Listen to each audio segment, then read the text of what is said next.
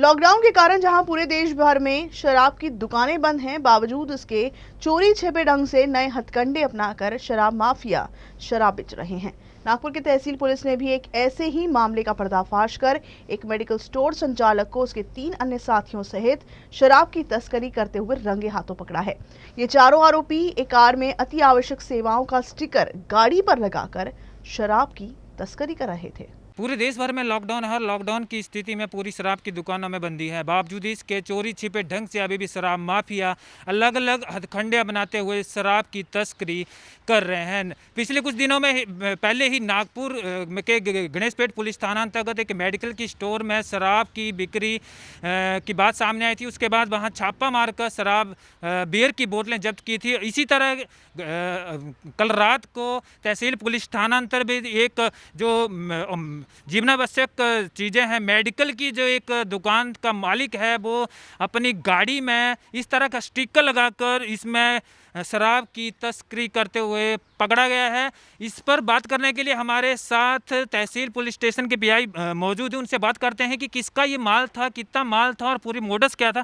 Sir, किसका माल था, कुल कितने आरोपी थे और किस तरह से आपने पकड़ा, क्या जानकारी? ये हमारे लिए बड़ा सरप्राइज है कि पूरा महाराष्ट्र में लॉकडाउन है, जीवनावश्यक अगर चीज़ें छोड़े तो बाकी सब प्रतिबंध है, व्हीकल्स मूवमेंट को व्हीकल्स है। और जब रात को हमने गांजा खेत हमारे चौक में जब नाकाबंदी चालू थी और ये वर्ना कार आई जिसपे स्टिकर लगा है कि जीवनावश्यक वस्तु अधिनियम मेडिकल सेवा, तो सबसे पहले हमारे कर्मचारी को इस पर कोई डाउट नहीं है, उनको लगा कोई इमरजेंसी सर्विस है। मगर वहाँ के जो इंचार्ज थे हमारे PSI वाघ और हेड कांस्टेबल लक्ष्मीकांत, इनको लगा कि इतने रात को गाड़ी कैसे जाएंगी।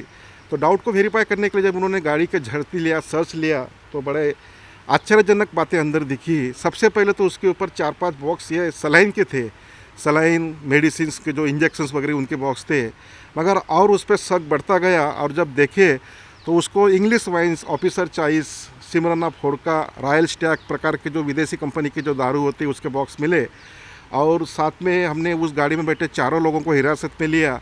उसमें जो राहुल सदावर्ते है, ये खुद फार्मेसी चालक है, उनकी खुद की फार्मेसी है, स्पर्श फार्मेसी करके वैशाली नगर 5 एरिया में उनकी फार्मेसी है।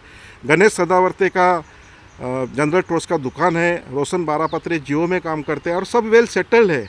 इनको ये सब करने की ज़रूरत नहीं थी, मगर कानून का फज्जा उड़ाने के लिए और जीवनावश्यक को जो छूट मिली है उसके आड़ में जाके इन्होंने दारू की तस्करी की। ये बड़ी आश्चर्य की बात है। इसमें जो दारू हमको मिली है बड़ी मात्रा में मिली है और आपको ज्ञात है कि कई पिछले 45 दिनों से पूरे दुकान बंद है, पूरा लॉकडाउन है। और इस परिस्थिति में इन्होंने वाइन्स कहाँ से लाई, इसका भी हम इसकी जानकारी ले रहे हैं। सर, जैसे कि पता चल रहा है कि ये जो शराब है वो बंदी है और बंदी होने के बावजूद शराब बिक रही है और बाहर से आई है। प्राथमिक चौकसी में क्या निष्पन्न हुआ, कहाँ से? प्राथमिक चौकसी से हमको मालूम पड़ा कि ये नागपुर ग्रामीण के भिवापुर से आई है। अभी भिवापुर में कहाँ वाइन शॉप से आई है या किसी पर्सन के पास से आई है। अभी चारों आरोपी को हमने अरेस्ट किया है। ऑनरेबल कोर्ट में उनको पुटअप किया जाएगा, उनका PCR लेते हैं और पुलिस कस्टडी में हम ये सर्च करेंगे कि इतना सब लॉकडाउन हुआ, इतनी बड़ी नाकाबंदी चालू थी जगह जगह पे, तो ये गाड़ी यहाँ तक तहसील तक कैसी पहुँची, हम इसका पूरा इन्वेस्टिगेशन करेंगे। और जो जीवनावश्यक वस्तु अधिनियम के लिए जो प्रशासन ने कुछ परमिशन दी, छूट दी है, उसका गैरफायदा लेने वाली ये टीम है। ये जिन्होंने जो किया है ये एंटी सोशल वर्क है।